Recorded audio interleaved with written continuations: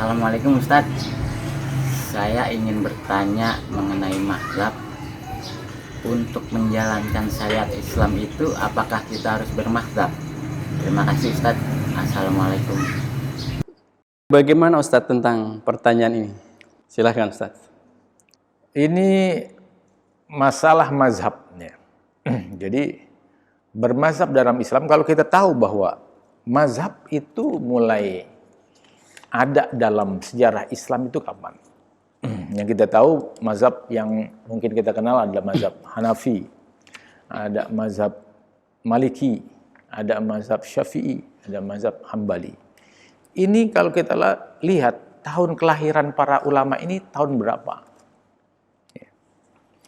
Jadi rentang waktunya antara para imam mazhab yang kita sebut tadi dengan zaman Nabi itu kurang lebih 200-an tahun.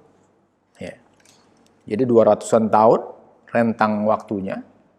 Lalu pertanyaannya, kalau dalam beragama itu harus bermazhab, ini orang-orang yang lahir sebelum tahun ini bermazhabnya kepada siapa? Ya.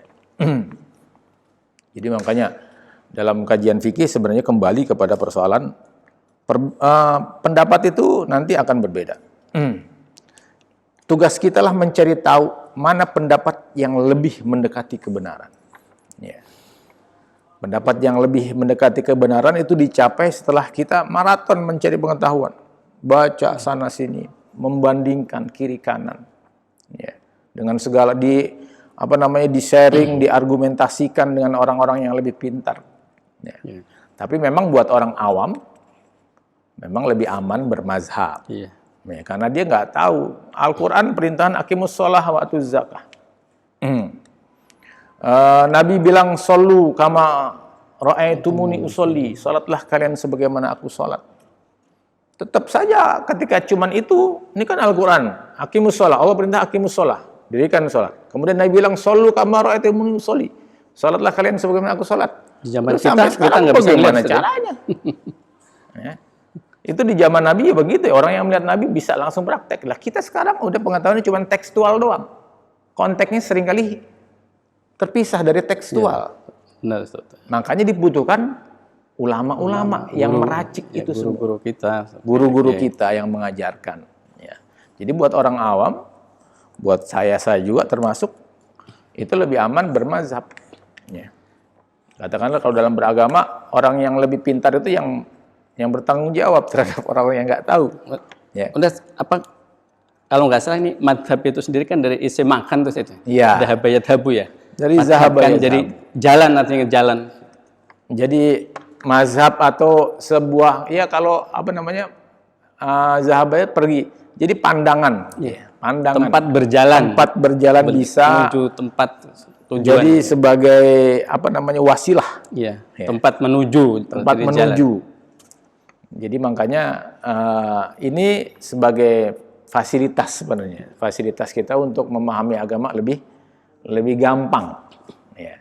Tapi buat mereka yang punya kapasitas mujtahid, punya kapasitas keilmuan yang tinggi, boleh-boleh saja dia tidak bermazhab. Ya. Karena orang dulu dengan orang sekarang pada akhirnya sama. Ya. Ya, kalau misalnya saya gambarkan, Ustaz, kalau kita mau ke Surabaya, kita tidak tahu jalannya kan kita lebih baik ikut supir, ikut bis yang ke arah Surabaya. Ya, kurang lebih seperti itu. Seperti mungkin gambaran.